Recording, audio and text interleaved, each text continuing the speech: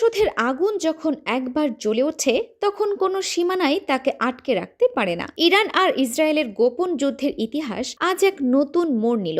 গুঞ্জন ছড়িয়েছে আয়াতুল্লাহ খামেনির সুযোগ্য পুত্র মুজতবা খামেনি তার বাবার ওপর হওয়া অপমানের চূড়ান্ত প্রতিশোধ নিয়েছেন। আর সেই প্রতিশোধের লক্ষ্যবস্তু কে? খোদ ইসরায়েলি প্রধানমন্ত্রী বেনিয়ামিন নেতানিয়াহুর আপন ছোট ভাই ইদ্দো নেতানিয়াহু। আজ আমরা উন্মোচন করব এই রহস্যময় অভিযানের প্রতিটি পরত।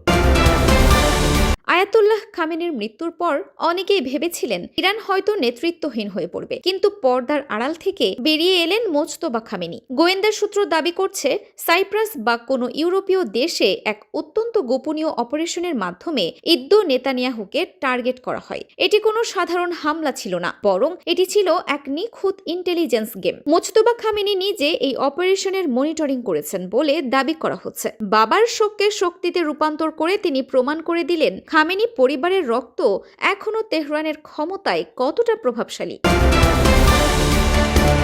ভাই ইদ্দো নেতানিয়াহুর এই পরিণতির খবরে স্তব্ধ হয়ে গেছেন ইসরায়েলি প্রধানমন্ত্রী। যাকে ইসরায়েলের সবচেয়ে নিরাপদ ব্যক্তি ভাবা হতো, তার এই অবস্থা মোসাদের ব্যর্থতাকে চোখে আঙুল দিয়ে দেখিয়ে দিয়েছে। ইসরায়েল এই খবরটি গোপন করার চেষ্টা করলেও আরবের বিভিন্ন সংবাদ মাধ্যমে এই চাঞ্চল্যকর তথ্য ছড়িয়ে পড়েছে।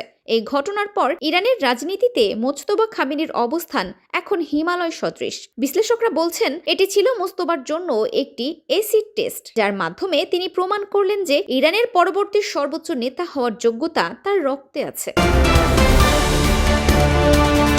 প্রতিশোধের দস্তাবেজ লেখা হয়েছে রক্ত দিয়ে। বাবার অপমানের বদলা কি তবে পুরোপুরি নিতে পারলেন মুজতবা খামেনি? ইদ্দো নেতানিয়াহুর এই অন্তর্ধান কি তবে ইসরায়েল ইরান মহাযুদ্ধের শেষ ধাপ?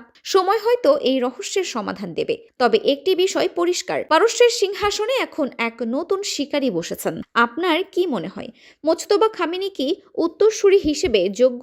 ইদ্দো নেতানিয়াহুর এই খবরের পর ইসরায়েলের পরবর্তী পদক্ষেপ কি হতে পারে? আপনার কমেন্টের মতামত জানান।